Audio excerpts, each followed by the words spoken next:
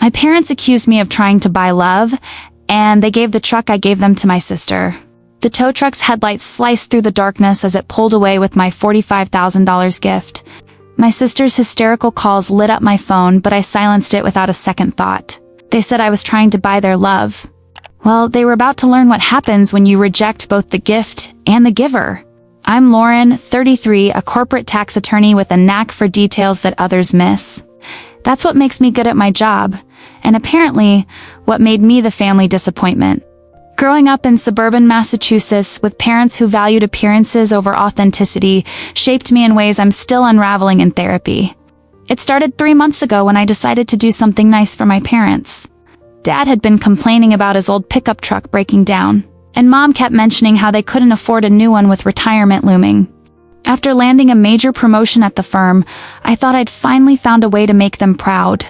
You know what would be a nice gesture? My boyfriend Marcus had suggested one evening while we were curled up on the couch in our downtown Boston apartment. Why don't you help them out with a new truck?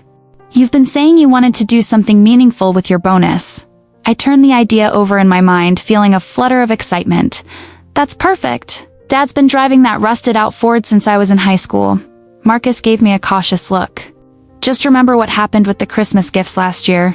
I waved him off. This is different. This is practical, not just some expensive presents they'll say are too much. But Marcus knew my parents better than I gave him credit for. He'd witnessed their subtle dismissals, the way they'd comment on my fancy lawyer lifestyle with thinly veiled disapproval. Still, I was determined. This would be the grand gesture that would finally bridge the gap between us. I spent weeks researching the perfect truck. Practical but not flashy, capable but fuel efficient. I settled on a new Ford F-150, nothing extravagant, just reliable.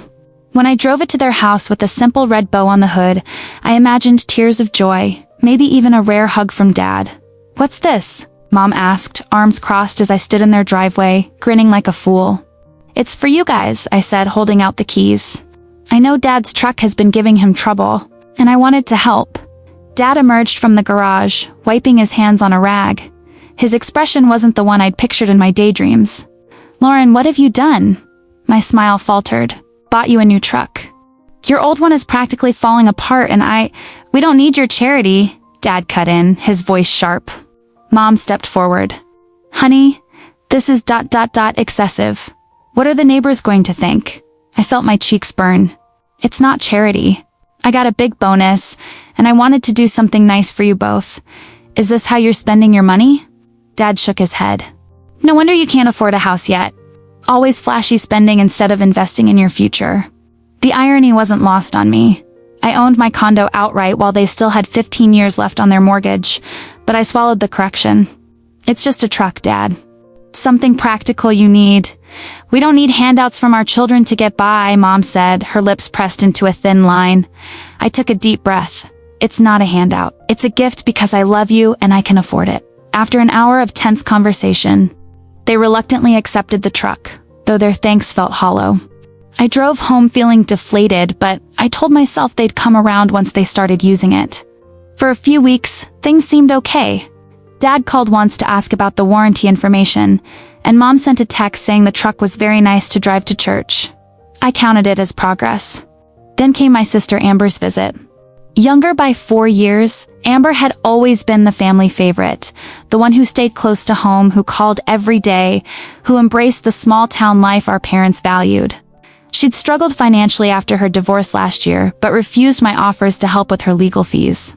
"I'm not taking your money," she'd said.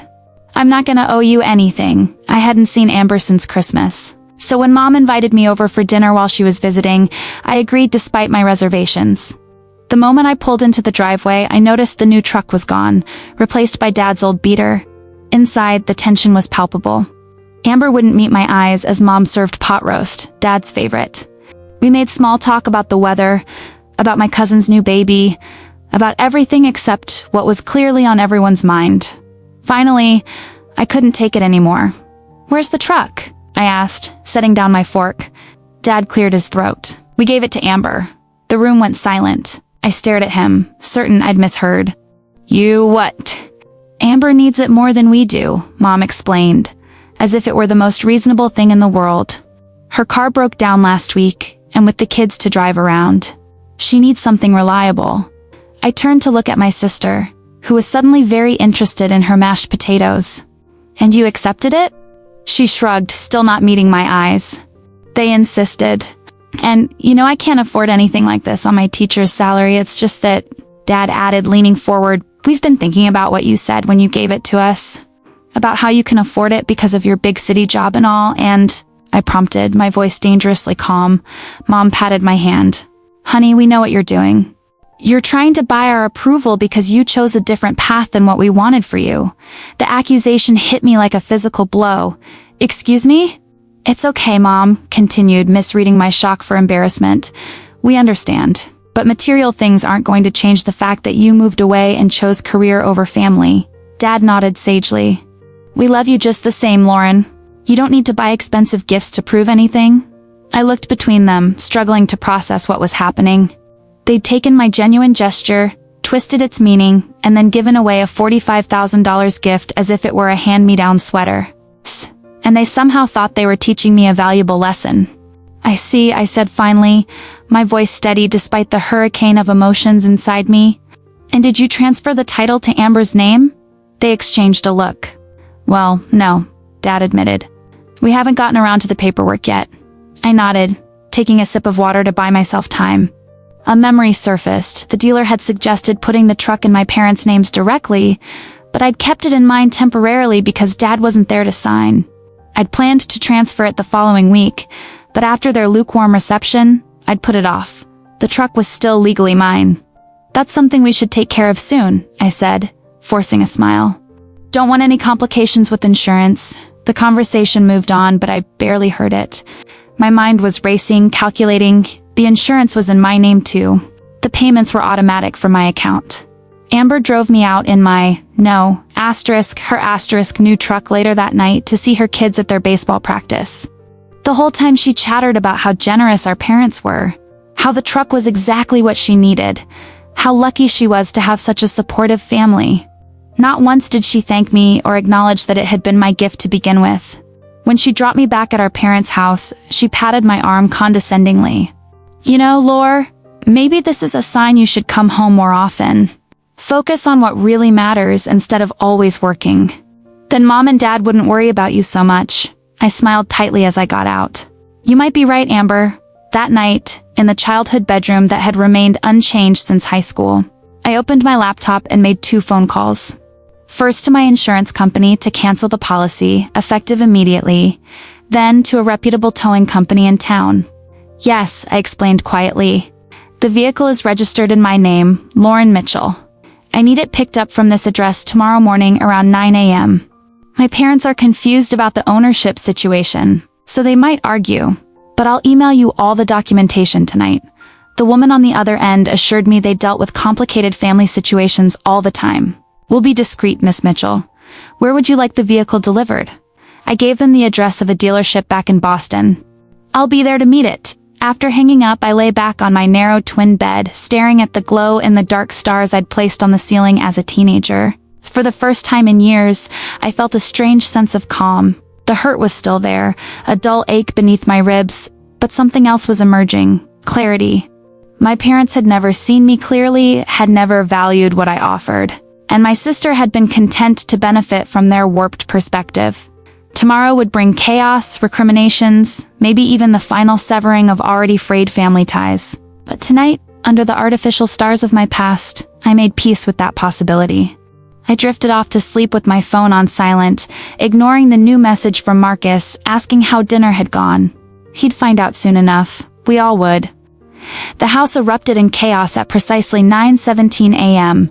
I was sitting at the kitchen table, methodically stirring honey into my tea when Mom burst through the front door, her face flushed with panic. "Lauren, there's a tow truck taking Amber's truck. The driver says he has paperwork from you." I took a careful sip of tea before responding. "It's not Amber's truck." Mom's eyes widened. "What are you talking about? Of course it is. We gave it to her. You gave away something that wasn't yours to give." My voice remained calm, detached. "The truck is registered in my name. I never transferred the title to you or Dad, which means legally, it's still mine. The reality of the situation dawned on her face like a slow sunrise. Outside, I could hear my father's raised voice arguing with the tow truck driver. Amber's frantic pleas joined the chorus. You can't do this, Mom stammered. Actually, I can. And I am. I set my mug down with a gentle clink. You told me I was trying to buy your love with expensive gifts. Consider this me returning the merchandise since the transaction wasn't successful. Mom's hand flew to her chest. This is about last night? We were just being honest with you, Lauren. We know you feel guilty about moving away and choosing your career. Stop. I held up my hand. That right there is the problem. You've created this narrative about me and my choices that has nothing to do with reality. I don't feel guilty. I love my life. I bought you that truck because I could afford it and I thought it would help you, not because I was trying to compensate for some imagined failing. The front door slammed open again, and Dad stormed in, his face thunderous. Amber trailed behind him, eyes red-rimmed. What the hell do you think you're doing? Dad demanded. The driver says he has repossession papers with your signature. I met his gaze steadily. I'm taking back what's mine. You made it abundantly clear last night that you didn't want my gift, so I'm respecting your wishes. By humiliating us in front of the entire neighborhood? Dad's voice rose dangerously. Mrs. Peterson was out walking her dog. The Millers were getting their mail. Of course, that would be his concern. The neighbors, the appearances, what people would think. Not the betrayal, not the hurt they'd caused. We didn't want to embarrass you last night, Mom interjected. But this behavior proves our point. This is exactly the kind of vindictive, materialistic stunt that what, Mom? That proves I'm the family disappointment? I stood up slowly. You've made your feelings clear my entire life. Nothing I do is ever enough because it's not done your way. I get straight A's, but I'm too focused on academics. I get into an Ivy League school, but it's too far from home. I become successful in my career, but I'm too ambitious, too focused on money. That's not true, Mom protested weakly. It is true, I said, my voice finally betraying a hint of emotion. And giving away my gift to Amber was just the latest example. You couldn't even wait a month before undermining me again. Amber stepped forward, arms crossed. You're being ridiculous. Mom and Dad were trying to help me out because my car broke down. Not everything is about you, Lauren. I turned to face my sister. When was the last time you thanked me for anything, Amber? When was the last time you acknowledged any of my accomplishments without making some snide comment about how I must think I'm better than everyone? She recoiled slightly. I don't. You do. You all do. I looked between the three of them, and I'm done pretending it doesn't hurt. The tow truck's engine revved outside. Through the kitchen window I could see it beginning to pull away, the Ford F-150 securely fastened to its bed. Dad made a move toward the door, as if he might chase it down the street, but stopped himself. Instead, he pointed a finger at me, his hand trembling. You're making a big mistake. Family should come first, not your pride. That's rich coming from you, I replied. Where was that family-first mentality when you dismissed my career? Or when you gave away my gift without even consulting me? Or when you accused me of trying to buy your love instead of accepting that I was just trying to be generous? Mom sank into a chair, suddenly looking older than her 60 years. We never meant to hurt you, Lauren. We worry about you, that's all. Living so far away, working all those hours, no husband, no children, ... single quotes. I have a partner, Mom. His name is Marcus. We've been together for 3 years. I've mentioned him dozens of times, but you never ask about him. And I work those hours because I enjoy my job and I'm good at it. I picked up my phone from the table. I'm going to pack my things now.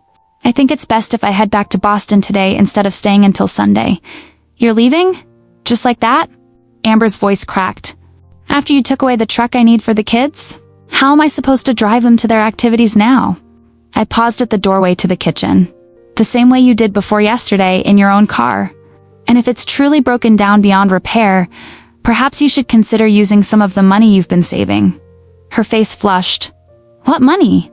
I'm barely making ends meet on a teacher's salary. The $40,000 Dad gave you from Grandma's inheritance 2 years ago, I said quietly. The inheritance that was supposed to be split equally between us, but somehow ended up entirely in your account because I didn't need it with my fancy lawyer salary.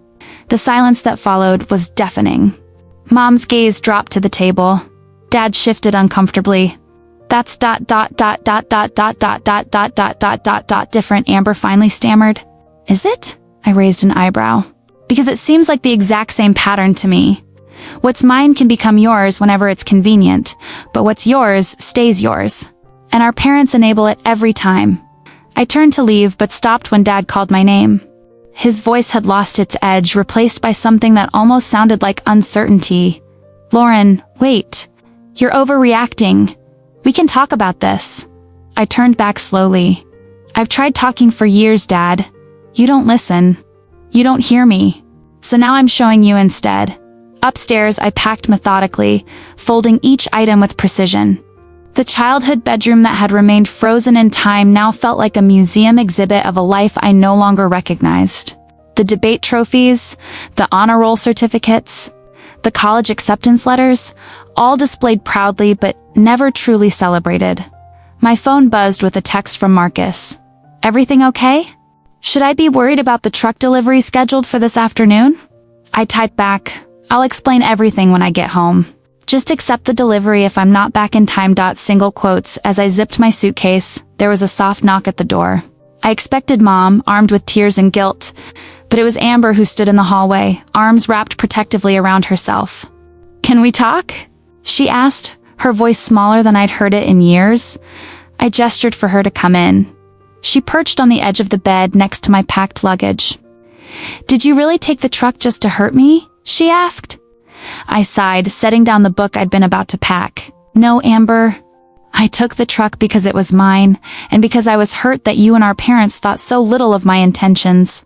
That you could rewrite the entire narrative and then redistribute my gift without a second thought. She was quiet for a moment, picking at a loose thread on the bedspread. They did the same thing with Grandma's money, didn't they? The admission surprised me. Yes, they did. I'm sorry. Her eyes met mine briefly before darting away. I should have said something then, but single quotes, but it benefited you, I finished for her. Just like the truck benefited you. She nodded, a flush of shame coloring her cheeks. I've been struggling since the divorce. The alimony checks are never on time, and Thomas keeps threatening to take me back to court to reduce child support. You could have asked me for help directly, I pointed out. I would have helped you figure out your options. It's literally what I do for a living. I know. She twisted the thread around her finger until the tip turned white. But it's hard to ask for help from someone who seems to have everything figured out. You've always been the smart one, the successful one. I was the pretty one, the social one, the one who stayed close to home. That was our dynamic. I sat down beside her. Those roles were never our choice, Amber. They were imposed on us, and they've kept us from actually knowing each other as adults. She nodded slowly. When Mom and Dad said they were giving me the truck, I knew it was wrong. I knew it would hurt you. But I needed it, and it was easier to accept their version, that you were just showing off with money you could afford to waste. Is that what you really think of me? I asked quietly. Amber was silent for a long moment. No, she finally admitted. I think I'm jealous of you. You got out. You built a life on your own terms.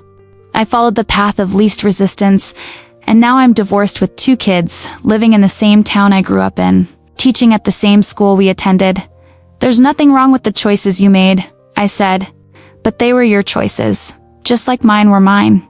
Neither of us deserves to be punished for them. She wiped at her eyes. So what now? You take the truck, go back to Boston, and we just what? Never speak again? I considered her question seriously. I don't know, Amber. That depends on whether anything changes. I can't keep setting myself on fire to keep everyone else warm. I understand, she said, and for once I believed she actually might. She stood up, hesitating before adding, for what it's worth, I'm proud of you, even if I don't always show it. After she left, I finished packing in silence. Downstairs, I could hear my parents talking in hushed, urgent tones, no doubt strategizing how to manage this family crisis. How to bring their wayward daughter back in line. How to smooth things over without addressing the actual problem. I carried my suitcase down the stairs, the sound of my footsteps alerting them to my departure. They met me in the entryway, faces composed into careful masks of parental concern. Lauren, please don't leave like this, Mom began, reaching for my arm. We can work this out as a family. I agree, I replied, surprising them. We can work this out. But not today, and not without acknowledging some hard truths about how we've been relating to each other. Dad's posture stiffened. If this is about the truck, it's not about the truck. I cut him off gently. The truck is just a symptom. This is about respect. This is about seeing me as the person I actually am, not the person you wish I was or the role you assigned me in this family. We do respect you, Mom insisted. We're incredibly proud of what you've accomplished. I smiled sadly. Then why have you never once visited me in Boston? Why did you miss my law school graduation? Why do you introduce me as our daughter who works too much instead of our daughter, the attorney? They exchanged uncomfortable glances. We thought you were too busy for visits, Dad offered weakly. I've invited you every Christmas, Thanksgiving, and birthday for the past 5 years, I reminded them. I've offered to pay for your flights. I've offered to drive down and pick you up myself. You always have an excuse.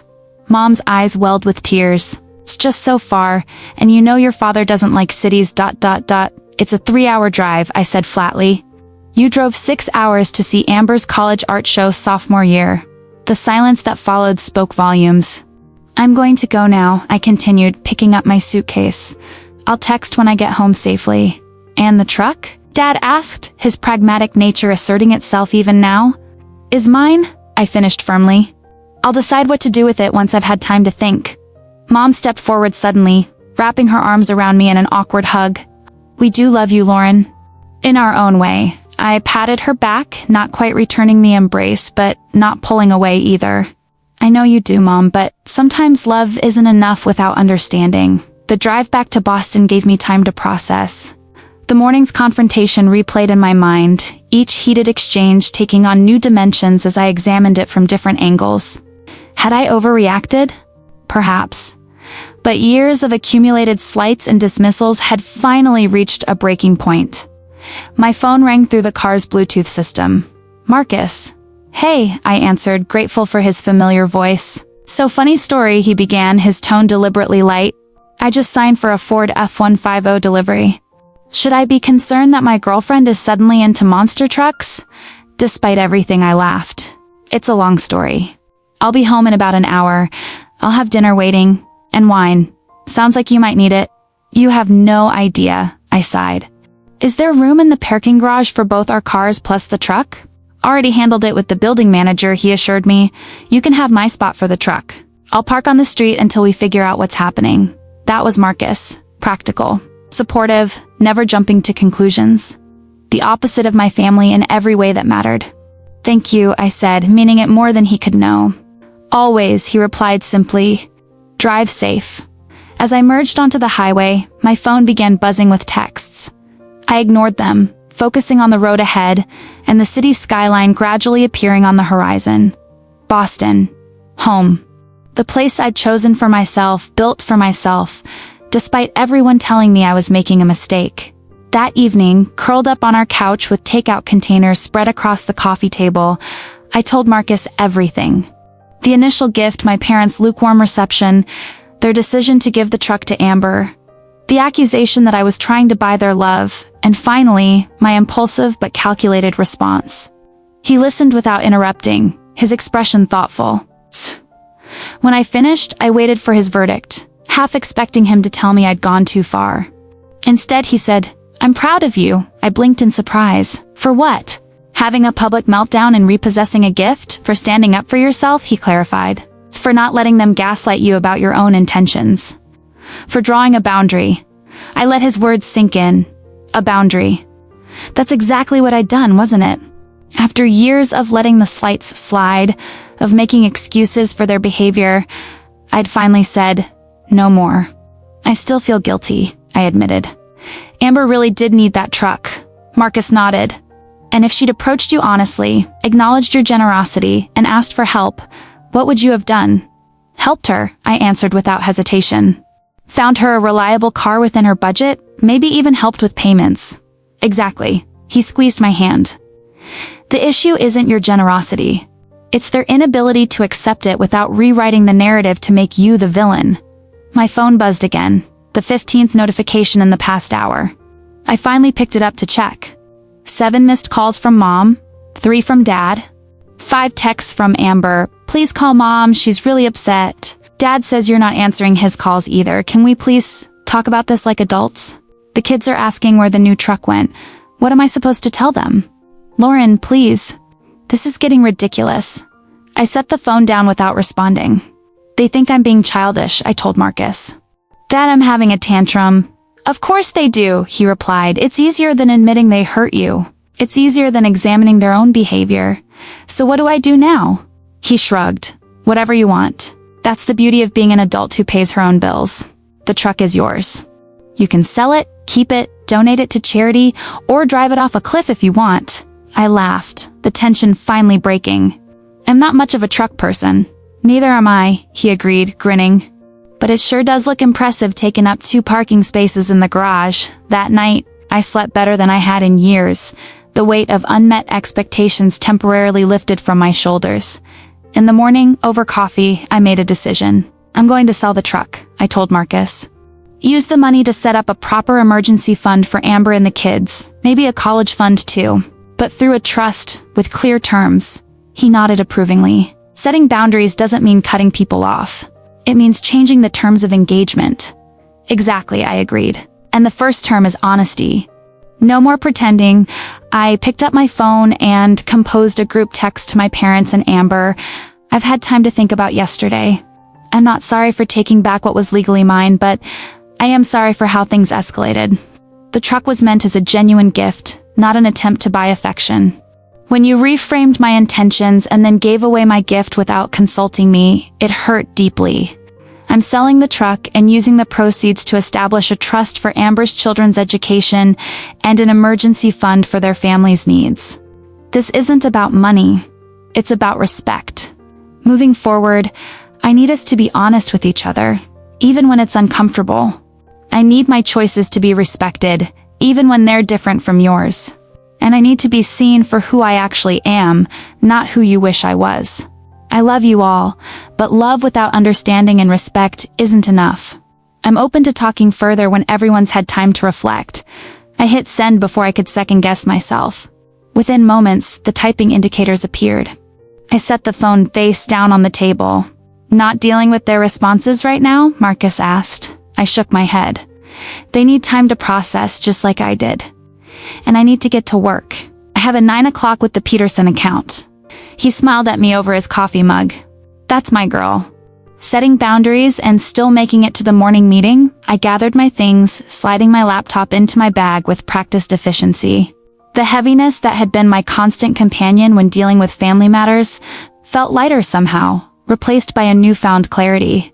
The truck would go, but the lesson would remain. No more setting myself on fire to keep others warm. No more accepting narratives that diminished my worth. No more silent suffering. As I headed out the door, my phone buzzed with new messages. I didn't look. Whatever they had to say could wait until I was ready to hear it. For now, I had a life to live. The one I had chosen, the one I had built, the one that belonged entirely to me. The irony wasn't lost on me. In trying to take back the truck, my parents had inadvertently given me something far more valuable, the courage to reclaim myself. 3 days of silence stretched into a week. My phone remained conspicuously quiet. No calls from Mom asking if I was eating enough. No texts from Dad about the latest neighborhood drama. No passive-aggressive messages from Amber about how much the kids missed seeing their aunt. I told myself this was what I wanted. Space to breathe, time to think. But as the days passed, an uncomfortable realization settled in. I missed them. Not the dynamics, not the dismissals, but them. The complicated, flawed people who had shaped me, for better or worse. Still nothing? Marcus asked on Sunday morning, finding me checking my phone over coffee. I shook my head. Radio silence. I thought at least Mom would have broken by now. He sat beside me, stealing a sip from my mug. Maybe they're finally respecting your boundaries. Or plotting their next move, I countered, only half joking. Either way, he said, kissing my temple, you did the right thing. I wasn't so sure anymore. The righteous anger that had fueled my actions was fading, leaving room for doubt to creep in. Had I gone too far? Was taking back the truck an act of necessary self-preservation, or petty revenge? Before I could spiral further, my phone lit up with a text. Not from my family, but from Diane, my assistant at the firm. Check your email. Peterson contract came back with changes. They want to meet tomorrow. Work. The one constant in my life. I pushed thoughts of my family aside and opened my laptop. The Peterson account was worth millions to the firm, and I couldn't afford distractions. Hours later, deep in contract revisions, my intercom buzzed. Ms. Mitchell? There's an Amber Mitchell here to see you. She says she's your sister. I froze, fingers hovering over my keyboard. Amber was here? In Boston? At my office? Send her up, I said after a moment's hesitation. I quickly closed my files, straightening the papers on my desk and running a hand through my hair. What was she doing here? And more importantly, what state of mind was she in? I braced myself for tears, accusations, or manipulative guilt trips, all familiar tactics in the Mitchell family playbook. When Amber walked through my office door, however, she looked nothing like the indignant sister who had watched her gifted truck being towed away. Her usual confidence was replaced by something I rarely saw in her: uncertainty. Your office is amazing, she said, glancing around at the floor-to-ceiling windows overlooking the Boston skyline. Corner office and everything. Thanks, I replied cautiously. It's a recent upgrade after the Peterson acquisition. An awkward silence stretched between us. Can I get you something to drink? I finally offered. Water? Coffee? She shook her head. I'm good. I took the train up this morning. The kids are with Mom and Dad for the day. You came alone? I couldn't hide my surprise. Amber never traveled without backup, usually our parents or her children as buffers. I thought it would be better this way. She hesitated, then added, I wanted to talk to you. Just you. I gestured to the leather chairs facing my desk. Have a seat, she settled in, her gaze traveling over the framed diplomas on my wall, the shelf of legal references, the photos of Marcus and me at various hiking destinations. My life, neatly displayed, but completely foreign to her. So I began when she remained silent. You came all this way to talk. What about? Amber took a deep breath, then reached into her purse and pulled out an envelope. She placed it carefully on my desk. What's this? I asked, not reaching for it. It's a check, she said, her voice steady. For $40,000. I stared at the envelope, understanding dawning slowly. Grandma's inheritance. She nodded. Plus the interest it would have earned over the 2 years. I calculated it at the average savings account rate. I didn't know what to say. Of all the scenarios I'd imagined for this confrontation, Amber returning the money had never crossed my mind. Why now? I finally asked. She looked down at her hands, twisting her wedding ring, a habit she hadn't broken despite being divorced for over a year. Your text made me think. About how things have been between us, about the patterns. You were right. I've been taking and taking, always with some justification. Some reason why I deserved it more than you. She met my eyes directly. I've been unfair to you, Lauren. For years. I felt a lump form in my throat. Did Mom and Dad put you up to this? No.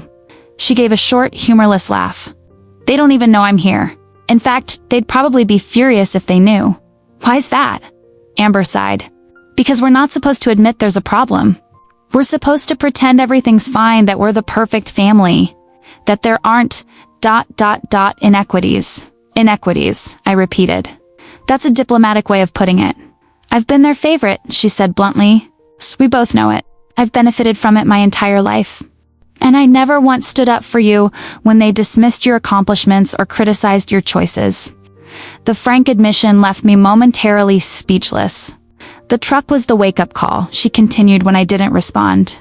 Watching you drive away that morning, I realized I didn't like who I was becoming. Who I'd already become. She gestured to the envelope. This is a first step. Giving back what should have been shared equally to begin with. I picked up the envelope but didn't open it. I don't need the money, Amber. I know you don't. But that's not the point. The point is that it belongs to you. Just like the truck belonged to you. She swallowed hard. I should have refused when they offered it to me. I knew it was wrong, and I took it anyway because it was easier than finding my own solution. I studied my sister's face, searching for signs of the manipulation I'd grown to expect. But all I saw was genuine remorse. What about the kids? I asked. This is money you could use for them? We'll manage, she said firmly. Thomas finally got a steady job, so the child support is more reliable now. And I... single quotes, she hesitated, a small smile playing at her lips. I got a promotion. Department head for the entire elementary art program. Amber, that's fantastic, I said, meaning it. Congratulations. Thanks. Her smile widened briefly before fading. The point is, I need to stand on my own feet, not take from you, not depend on mom and dad to bail me out. I'm 31 years old. It's time. I leaned back in my chair, processing this new version of my sister. The shift felt seismic. Too sudden to fully trust, yet too authentic to dismiss. What about mom and dad? I asked. How are they handling all this? Kamar's expression grew complicated. Not well. They're confused, hurt. Dad's mostly angry. At you for making a scene, at me for enabling you by admitting they might have been wrong. And mom? Cycling between crying and making excuses. She keeps saying we just don't understand how much they've sacrificed for us, how all they've ever wanted was for us to be close to home, close to each other. Amber shrugged. The usual guilt tactics, but there's real pain there too. I nodded slowly. I never wanted to hurt them, you know? I just couldn't keep pretending anymore. I know. Amber hesitated, then added, for what it's worth, I think they're finally starting to realize they might lose you for real this time. And it's scaring them. The thought sent a pang through my chest. Despite everything, they were still my parents. I still loved them, still craved their approval on some fundamental level. What happens now? I asked. Amber spread her hands. That's partly why I came, to ask you that same question. Where do we go from here? I considered her question seriously. The easy answer would be nowhere, to maintain the distance, protect myself from further hurt. But the harder, more honest answer acknowledged that family relationships weren't so easily severed, nor should they always be. I think, I said carefully, we start by being honest with each other. No more pretending. No more roles or expectations, just ... authentic interactions. I'd like that, Amber said quietly. And I need time, I continued. Time to trust that this change is real and lasting. She nodded. That's fair. An awkward silence settled between us again. Would you ... I began, then paused, uncertain. Would you like to get lunch? There's a good place around the corner. Amber's face brightened. I'd like that. Actually, I have a few hours before my train back. Maybe you could show me a bit of your Boston? The places that matter to you? The request was so simple yet so profound, a genuine interest in my life, my world. When was the last time anyone in my family had asked to see Boston through my eyes? I'd like that too, I said, surprised by how much I meant it. We spent the afternoon together, walking the cobblestone streets of Beacon Hill, grabbing coffee at my favorite local shop, and ending up at the small park where Marcus had first told me he loved me. For perhaps the first time in our adult lives, Amber listened more than she spoke. Asked questions instead of making assumptions. You really love it here, don't you? She observed as we watched sailboats drift across the harbor. I do, I admitted. It's home in a way Westfield never was. She nodded thoughtfully. I used to think you chose Boston to get away from us. But seeing you here ... it suits you. The energy, the pace. You belong here. The simple recognition that my choices were about finding my place in the world rather than rejecting them meant more than she could know. As we headed back toward my office where Amber had parked, she asked the question I'd been waiting for all day. What are you going to do about the truck? I've already done it, I answered. I sold it yesterday. The money's being placed in a trust for Tyler and Emma's education. You'll receive the paperwork next week. She stopped walking, turning to face me. Lauren, you didn't have to do that, I know. I met her gaze steadily. I wanted to. The kids shouldn't suffer because of adult conflicts. And education was important to Grandma. She would have liked knowing her legacy helped them that way. Amber's eyes welled with tears. Thank you. That's incredibly generous. I shrugged, uncomfortable with her gratitude. It's what I intended the gift to be in the first place. Help for the family. Just with clearer boundaries this time. She wiped at her eyes. I'll make sure they know it came from you.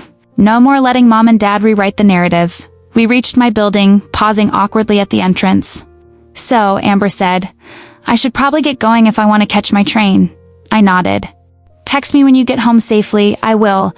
She hesitated, then stepped forward, wrapping her arms around me in a hug that felt different from our usual perfunctory embraces.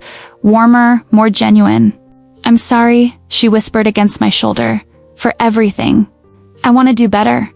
I hugged her back, surprised by the emotion tightening my throat. Me too. As I watched her drive away, I felt a curious lightness. Not resolution, things were still too raw, too uncertain for that, but possibility. The possibility of a new kind of relationship with my sister, based on mutual respect rather than competition and resentment. That night, just as I was drifting off to sleep, my phone chimed with a new message. I considered ignoring it until morning, but something compelled me to check. It was from Amber. Made it home safely. Kids loved the Boston souvenirs. Thank you for today. It meant more than you know. Attached was a photo of Tyler and Emma, grinning widely as they held up Boston Red Sox caps and t-shirts I'd bought them on impulse during our afternoon together. I showed the message to Marcus, who smiled sleepily. Looks like a good first step. Yeah, I agreed, setting the phone aside. A first step. The next 2 weeks passed in a blur of work and routine. The Peterson contract negotiations consumed most of my waking hours, leaving little time to dwell on family matters. Amber texted occasionally, brief, casual messages about the kids or her work. Nothing profound, but consistent in a way our communication had never been before. My parents maintained their silence until Thursday afternoon, when my phone rang with my father's number. I stared at the screen, heart racing unexpectedly. After a moment's hesitation, I answered. Hello, Lauren. My father's voice sounded strained, formal. Do you have a minute to talk? I'm at work, but yes, I can talk briefly. He cleared his throat. Your mother and I have been doing some thinking. About what happened with the truck. About other things. I waited, not offering the easy absolution he might have been hoping for. We may have been. Hasty in our judgment, he continued awkwardly. About your intentions. Coming from my father, this halting half-apology was practically unprecedented.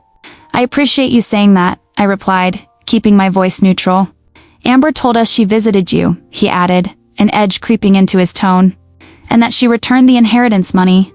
Ah, there it was. The real reason for the call. She did, I confirmed. That was her choice. Lauren, you know we never meant to be unfair with Grandma's money. Amber needed it more at the time, with the divorce and the kids.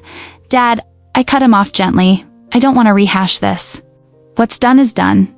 Amber made her own decision about the inheritance, just like I made mine about the truck.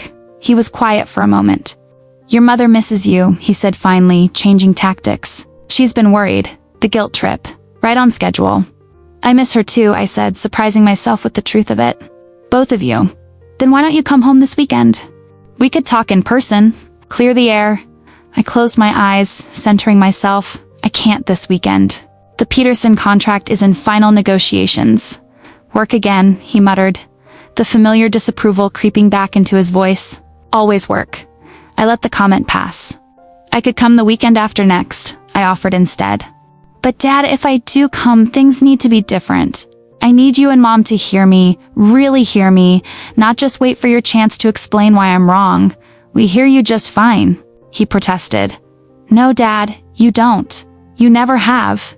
You hear what you expect me to say, not what I'm actually saying.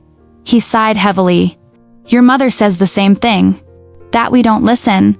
The admission startled me. She does? She's been reading some book about family dynamics that Amber gave her. Keeps talking about patterns and roles and whatnot. His tone suggested he found the whole thing ridiculous, yet he'd clearly absorbed enough to make this call. That's good, I said carefully. It sounds like she's trying to understand. Maybe. He paused. So, next weekend? We'll keep it low-key. Just dinner at the house. I considered the offer. Part of me wanted to refuse, to protect myself from sliding back into old patterns. But another part recognized that avoiding them entirely wasn't a solution either. All right, I agreed. Saturday. But I'll be driving back Sunday morning. I have brunch plans with Marcus. Marcus, Dad repeated as if trying to place the name. Your ... boyfriend, right? Partner, I corrected. We've been together 3 years, Dad. Right. He cleared his throat again. Well, your mother will be pleased about Saturday. Should we expect you for lunch or just dinner? I'll aim to arrive around 4, I said, already feeling the familiar tension gathering between my shoulder blades. And Dad? Please don't make this into a big production or ambush me with extended family. Just us. Just family dinner, he confirmed. Nothing fancy. After we hung up, I sat at my desk, staring out at the Boston skyline as the afternoon light painted the buildings gold. Was I making a mistake, walking back into the lion's den so soon? Or was this the necessary next step in whatever healing process we'd begun? That evening, I recounted the conversation to Marcus as we walked home from a neighborhood restaurant. "So, you're going," he said, his tone carefully neutral. "I think I need to," I replied. "At least to see if anything's really changed." He nodded, squeezing my hand.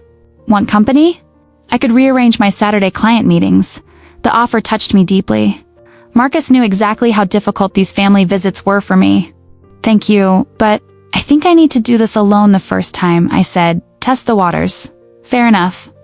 Just remember, you can leave anytime. You're not trapped there." I smiled, leaning into his shoulder as we walked. "That's what I love about you. You always remind me I have choices." Saturday morning dawned clear and bright, a perfect early autumn day for the drive to Westfield. I packed an overnight bag, though I had no intention of staying, and left while Marcus was still at his Saturday client meeting. The familiar route westward gave me time to prepare mentally.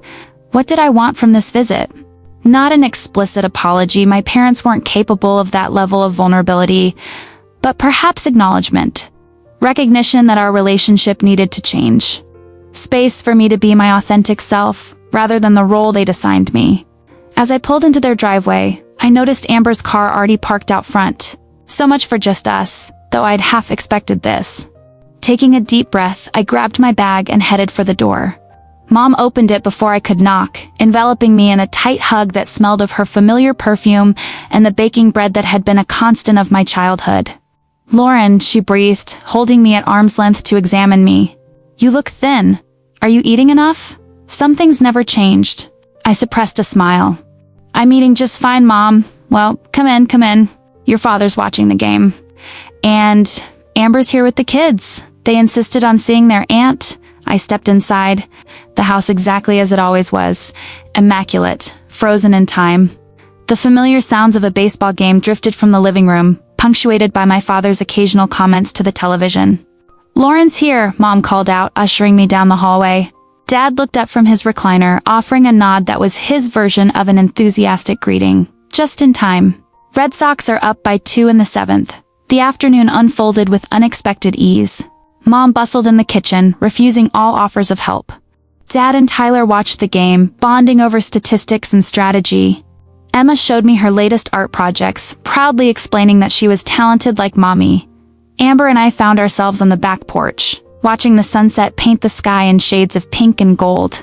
"This is nice," she said quietly. "Almost normal." "Almost," I agreed. "They're on their best behavior." She nodded. "Mom's been trying. Reading books, even talked about seeing a family therapist, though Dad shut that down pretty quick." "Really?" Couldn't hide my surprise. "That doesn't sound like Mom." Amber shrugged. "I think you scared her. Made her realize she could actually lose you." It was a sobering thought, that it had taken such a dramatic gesture to make them see me clearly. But perhaps that's what boundaries were. The line in the sand that said this far. But no further. I'd finally drawn mine, and they were starting to respect it, however reluctantly. As the evening wore on, I felt cautiously hopeful. There were moments of tension, old patterns threatening to reassert themselves, but also genuine moments of connection. Dad actually asked about my work without dismissing it. Mom mentioned visiting Boston in the spring to see what all the fuss was about. Small steps, but steps nonetheless. When I left on Sunday morning, the goodbyes were warmer, less fraught with unspoken resentments. Mom hugged me tightly, slipping a container of leftovers into my hands. Dad awkwardly patted my shoulder, then surprised me with a quick embrace. "Drive safe," he said gruffly. "And maybe call your mother more often. She worries." "I will," I promised, meaning it. Amber walked me to my car, the kids racing ahead to claim one last hug before I left. "This was good," she said quietly. "Different, but good." I nodded. A beginning. As I drove back to Boston, I felt lighter than I had in years. Not because everything was fixed, it wasn't. Not by a long shot. The dynamics of a lifetime couldn't be undone in a single weekend. But for the first time, I felt hope that we could build something new from the rubble of old expectations and disappointments. My phone rang through the car's speakers. "Marcus." "Hey," I answered, smiling at the sound of his voice. I'm on my way home, how did it go? He asked, concern evident even through the Bluetooth connection. I considered my answer carefully. It was a start. A messy, complicated, imperfect start. That's families for you, he said, his voice warm. Messy, complicated, and imperfect. Yeah, I agreed, watching the Boston skyline appear on the horizon. But maybe worth the effort after all. 1 year later, I stood in the doorway of my Boston apartment, watching my mother examine the framed photographs on our bookshelf. Her fingers hovered over a picture of Marcus and me hiking in Vermont, autumn leaves blazing around us. You look happy here, she said softly. I replied, setting down her suitcase in the guest room. We both were. Mom turned to face me, her expression thoughtful. You know, I always worried about you being alone up here, but you never were you? You made your own happiness. The observation, so simple yet so profound, caught me off guard. I guess I did. It was their third visit to Boston since what we now referred to as the truck incident, a phrase that had evolved from a point of tension to something we could almost joke about. Almost. The past year had been a delicate dance of boundaries tested, respect earned, and old wounds slowly healing. There had been setbacks, Dad storming out of a restaurant when I challenged his political views, Mom crying when I declined to come home for Thanksgiving, preferring to host Marcus's parents instead. But there had also been breakthroughs. Dad asking Marcus about his consulting work with genuine interest. Mom finally acknowledging that my career wasn't just a phase, but a calling. And now, here they were in my space, making an effort to understand my world. Dad's going to be late, Mom said, checking her watch. He texted that the museum tour is running over. I smiled at the thought of my father voluntarily visiting the Museum of Fine Arts, an activity he would have dismissed as pretentious nonsense a year ago. He's really enjoying it? Surprisingly, yes. That guide you arranged must be good. He's sent me 3 pictures of naval battle paintings. She laughed, shaking her head. Who knew your father had an interest in art? He's always loved history, I pointed out. It's just the presentation that matters. She nodded thoughtfully. You understand him better than I realized. The comment hung between us, acknowledging years of misunderstanding and assumptions. I chose not to dwell on it, instead offering her tea, a peace offering that had become our ritual. As we settled in the living room, the silence between us felt comfortable rather than strained.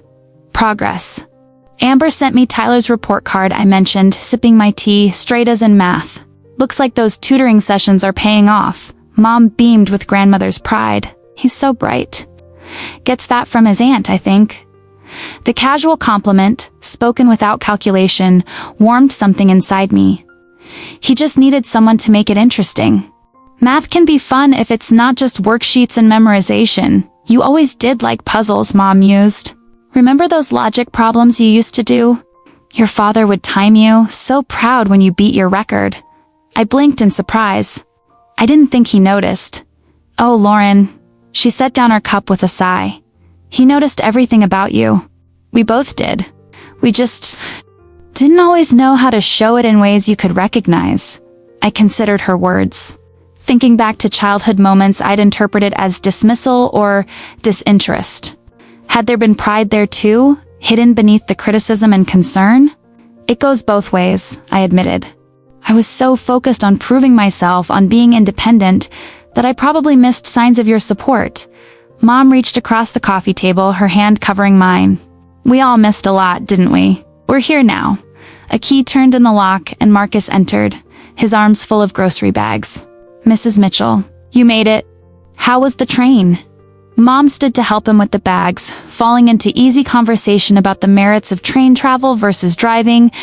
I watched them together, still amazed at how naturally Marcus had integrated himself into my family dynamics, serving as both buffer and bridge when tensions arose. Lauren, he called from the kitchen. Your father texted. He's heading back from the museum and wondering if we should wait for him for lunch or go ahead. Let's wait, I decided, joining them. He'll be disappointed if he misses your famous pasta. Marcus grinned. I think he's mostly concerned about missing the garlic bread, but I appreciate the flattery. As we prepared lunch together, I marveled at how different this felt from family gatherings of the past. The forced politeness had given way to genuine, if sometimes awkward, attempts at connection. Mom asking Marcus about his clients. Marcus sharing stories about our apartment hunting adventures. Me, no longer braced for criticism with every sentence. When Dad arrived, cheeks flushed with excitement from his museum adventure. He greeted me with a proper hug, still somewhat stiff but sincere, before launching into a detailed description of a revolutionary war painting he'd particularly enjoyed. The guide said it was historically inaccurate, he explained, helping himself to salad. But artistically significant. Can you imagine? Changing history for aesthetics? Marcus caught my eye across the table, suppressing a smile. My father, the practical, no-nonsense construction foreman, debating artistic license versus historical accuracy. Wonders never ceased. Speaking of aesthetics, Mom interjected, have you told your parents about the house? I shot her a warning look, but it was too late. Dad's eyebrows rose in interest. House? What house? Marcus cleared his throat. We've been looking at properties in Cambridge. Nothing definite yet, just exploring options. A house is a good investment. Dad nodded approvingly. Better than throwing money away on rent. I waited for the follow-up comment about moving back to Westfield where houses were more affordable, but it never came. Another small victory. Actually, I said, deciding to test the waters further, we're looking at places with guest rooms. For when family visits, the implication was clear, we weren't moving back, but we were making space for them in our lives. On our terms. Mom's eyes brightened. That would be lovely. Maybe we could come for Christmas this year? For your father and I were just saying how we've never seen Boston decorated for the holidays. I exchanged a glance with Marcus, who nodded subtly. We'd like that, I said, surprised by how much I meant it. After lunch, as Marcus showed Dad the architectural details of our pre-war building, another unexpected shared interest, Mom helped me with the dishes. Knew what I realized recently? She said, drying a plate with careful attention. You're the only one who ever pushed back. What do you mean? She paused, considering her words. Amber always went along with whatever we wanted. She still does, mostly. But you questioned, you challenged, you carved your own path, even when we made it difficult. I felt a defensiveness rise in me. I wasn't trying to be difficult, I know that now, she interrupted gently. What I'm saying poorly is that I admire that about you. Your father does too, though he'd never say it outright. The admission hung between us, a recognition so long desired yet now almost disorienting to receive. Thank you, I said simply, not trusting myself with more words. Mom nodded, understanding the weight of the moment. The truck, she said after a beat, was actually a blessing in disguise. I nearly dropped the glass I was rinsing. That's not how I would have described it at the time. She laughed, the sound lighter than I remembered. No, I suppose not. But it forced us all to confront things we'd been avoiding for years. It was like ... lancing a wound. Painful, messy, but necessary for healing. The metaphor was surprisingly apt. The truck incident had indeed brought everything to a head. The favoritism. The dismissal of my choices.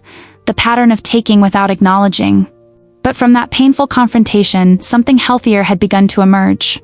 I suppose healing is never comfortable, I acknowledged. No, Mom agreed. But it's worth it.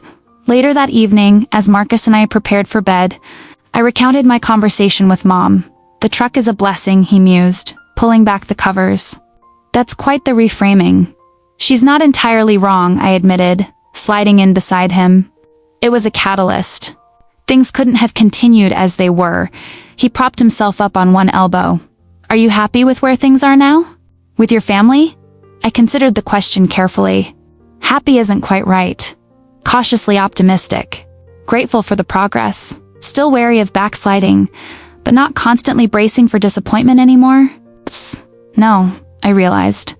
Not constantly. That's something, he said, kissing my forehead. That's actually quite a lot. The next morning, as we prepared to show my parents more of the city, Dad pulled me aside in the hallway. Your mother told me about your conversation yesterday, he said, his voice low. About the truck being a blessing in disguise. I tensed, uncertain where he was going with this.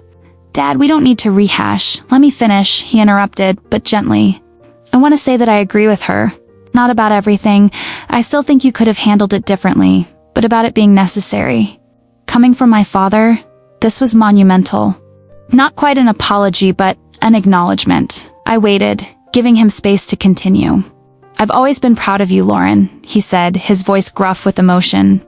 "I just didn't know how to show it when your path looked so different from what I understood. But that's on me, not you." Tears pricked at my eyes unexpectedly. "Thank you, Dad." "That means a lot," he nodded, clearly uncomfortable with the emotional territory but determined to push through. "And for what it's worth, I think you did the right thing with the trust for the kids. Education was important to your grandmother." "It was," I agreed softly. A moment of understanding passed between us, not perfect reconciliation, but a bridge being carefully rebuilt, one plank at a time. Mom appeared in the doorway, coat already on. "Are we ready for this walking tour?" "My feet are already protesting." "We'll take plenty of breaks," I promised, grateful for the lightning of the moment. "And I know all of the best coffee shops along the route." As we headed out into the crisp autumn air, I found myself walking between my parents. Marcus slightly ahead as he enthusiastically pointed out architectural details of brownstones and churches. The symbolism wasn't lost on me. Still between them, still their daughter, but leading my own life in my own direction. 6 months ago, Amber and the kids had visited for a long weekend. We'd taken them to a Red Sox game, Tyler proudly wearing the cap I'd bought him during that first Boston visit. Emma had solemnly informed me that when she grew up, she wanted to live in a city just like Aunt Lauren. Amber had squeezed my hand, an unspoken acknowledgement of how far we'd come.